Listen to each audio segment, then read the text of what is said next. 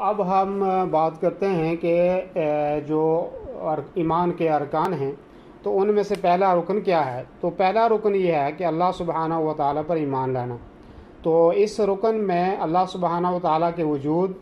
اس کی ربوبیت و الوہیت اور رب تعالیٰ کے اسماء و صفات پر ایمان لانا شامل ہے۔ اور ربوبیت سے مراد یہ ہے کہ اللہ سبحانہ و تعالیٰ کو اس کے افعال میں یکتا اور تنہا ہونے کا عقیدہ رکھا جائے، اور یہ ایمان رکھا جائے کہ وہی خالق ہے، وہی رازق ہے اور زندگی اور موت کا مالک ہے۔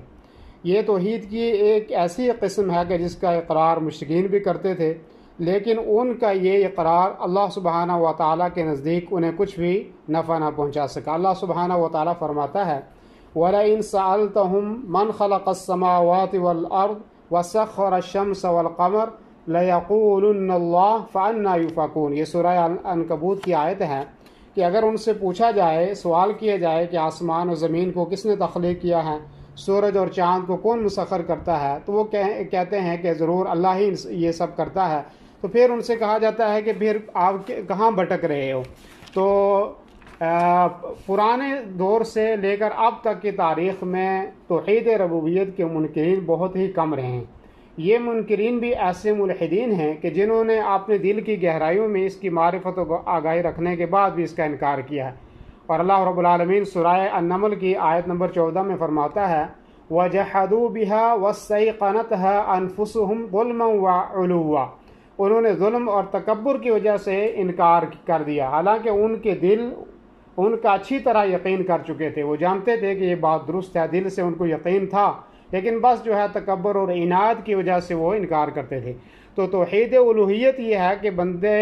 اللہ تعالیٰ کے لیے اپنے اعمال کو خالص رکھیں، جیسے محبت ہے اللہ کے لیے ہو، خوف اور امید اللہ سے ہو، مدد طلب کی جائے تو اللہ سبحانہ و تعالیٰ سے کی جائے، استعانت ہے اور توکل ہے، نماز اور روزہ ہے، زکوٰۃ ہے، حج ہے اور خصوصاً ذبح ہے، یہ صرف جو ہے اللہ سبحانہ و تعالیٰ کے لیے کی جائے۔ اور جیسے دل اور اعضاء و جوارح سے تعلق رکھنے والے اعمال ہیں، اور اسی طرح ان عبادتوں میں سے کسی عبادت کو غیر اللہ کے لیے انجام نہ دیا جائے، نہ کسی مقرر فرشتے کے لیے اور نہ ہی نبی مرسل کے لیے۔ ان کے علاوہ جن درختوں، بتوں اور قبروں کی پرستش کی جاتی ہے وہ اس ممانعت میں بدرجہ اولا شامل ہیں،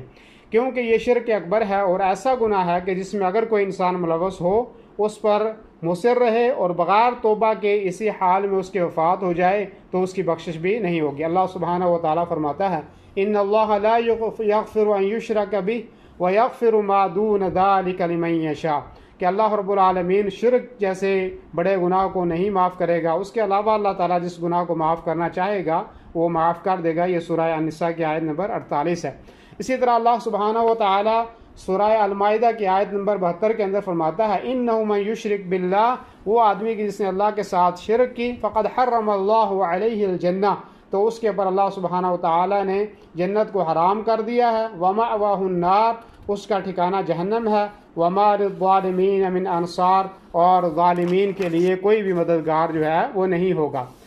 اب توحید الوہیت اس سے مراد اللہ لا الہ الا اللہ کا معنی اور مدلول ہے، وہ یہ ہے کہ اللہ کے سوا کوئی حقیقی معبود نہیں، اس لیے تمام تر عبادتوں کو صرف ایک اللہ کے لیے خالص کیا جائے۔ اسی عظیم توحید کو جو کہ انسانوں پر اللہ کا حق ہے لوگوں کے سامنے واضح کرنے کے لیے اللہ سبحانہ و تعالیٰ نے رسولوں کو مبعوث کیا اور کتابیں نازل فرمائی، اسی کے خاطر رسول اللہ صلی اللہ علیہ وسلم نے اپنی قوم سے دشمنی مول لی۔ اللہ رب العالمین فرماتا ہے سورہ البقرہ کی آیت نمبر 21 اور 22 کے اندر یا ایھا الناس اعبدوا ربکم الذی خلقکم والذین من قبلکم لعلکم تتقون، کہ اے لوگو عبادت کرو اپنے اس رب کی جس نے آپ کو پیدا کیا اور آپ سے پہلے جو لوگ ہیں ان کو بھی پیدا کیا، اور تاکہ تم جو ہے وہ بچ جاؤ، اللہ سے ڈرنے والے بن جاؤ۔ اسی طرح فرمایا الذی جعل لکم الارض فراشا والسماء بناء، وہ ذات کہ جس نے آپ کے لیے زمین کو فرش بنایا اور آسمان کو چھت بنایا، وانزل من السماء ماء، اور آسمان سے آپ کے لیے پانی اتارا، فاخرج به من الثمرات رزقا لکم، اور اللہ تعالیٰ نے پھر اس پانی اور اس بارش کے ذریعے سے آپ کے لیے پھلوں کو پیدا کیا۔ فلا تجعلوا للہ اندادا وانتم تعلمون، پس تم اللہ کے ساتھ کسی اور کو شریک نہ بناؤ جبکہ تم اس بات کو اچھی طریقے سے جانتے ہو۔ تو اس آیت کریمہ میں فلا تجعلوا للہ اندادا وانتم تعلمون کی تفسیر میں ابن کثیر رحمہ اللہ لکھتے ہیں یعنی اللہ کے ساتھ دوسری مخلوقین کو ساجی اور شریک نہ بناؤ جو کسی نفع اور نقصان کے مالک نہیں ہیں، جب کہ تم یہ جانتے ہو کہ اللہ ہی تمہارا رب ہے جس نے تمہیں آدم سے وجود بخشا ہے اور تمہیں مختلف قسم کی نعمتوں سے مالا مال کیا ہے، تمہارے لیے زمین کو ہموار بچھونا بنایا ہے، پھر اس زمین کو بلند و بالا پہاڑوں سے ثابت قدم کر دیا ہے، آسمان کو تمہارے لیے ایک چھت بنا دیا اور اس سے پانی نازل فرمایا، وہ پانی جو آسمان میں رہے تو وہ بادل بن کر رہتا ہے اور زمین پر اترتا ہے تو تمہارے لیے پانی بن جاتا ہے، تمہاری ضرورتوں کو پیش نظر رکھتے ہوئے اس پانی سے مختلف قسم کی فصلیں اور میوے اگائیں جنہیں تمہیں رزق اور نعمت کی شکل میں اپنی کھلی آنکھوں سے تم دیکھتے ہو، یقین مانو کہ وہی خالق اور رازق ہے اور اس دنیا اور اس میں بسنے والے تمام مخلوقات کا مالک اللہ سبحانہ و تعالی ہی ہے۔ اور اسی طریقے سے اللہ سبحانہ و تعالی اسی لیے وہی وہ ذات اس کا حق رکھتی ہے کہ صرف اسی ہی کی بات کی جائے اور اس کے ساتھ کسی اور کو شریک نہ ٹھہرا جائے۔ اللہ رب العالمین فرماتا ہے فَلَا تَجْعَلُوا لِلَّهِ أَنْدَادًا وَأَنْتُمْ تَعْلَمُونَ کہ بس اللہ کے لیے اللہ سبحانہ و تعالیٰ کے لیے کسی قسم کے شریک نہ بناؤ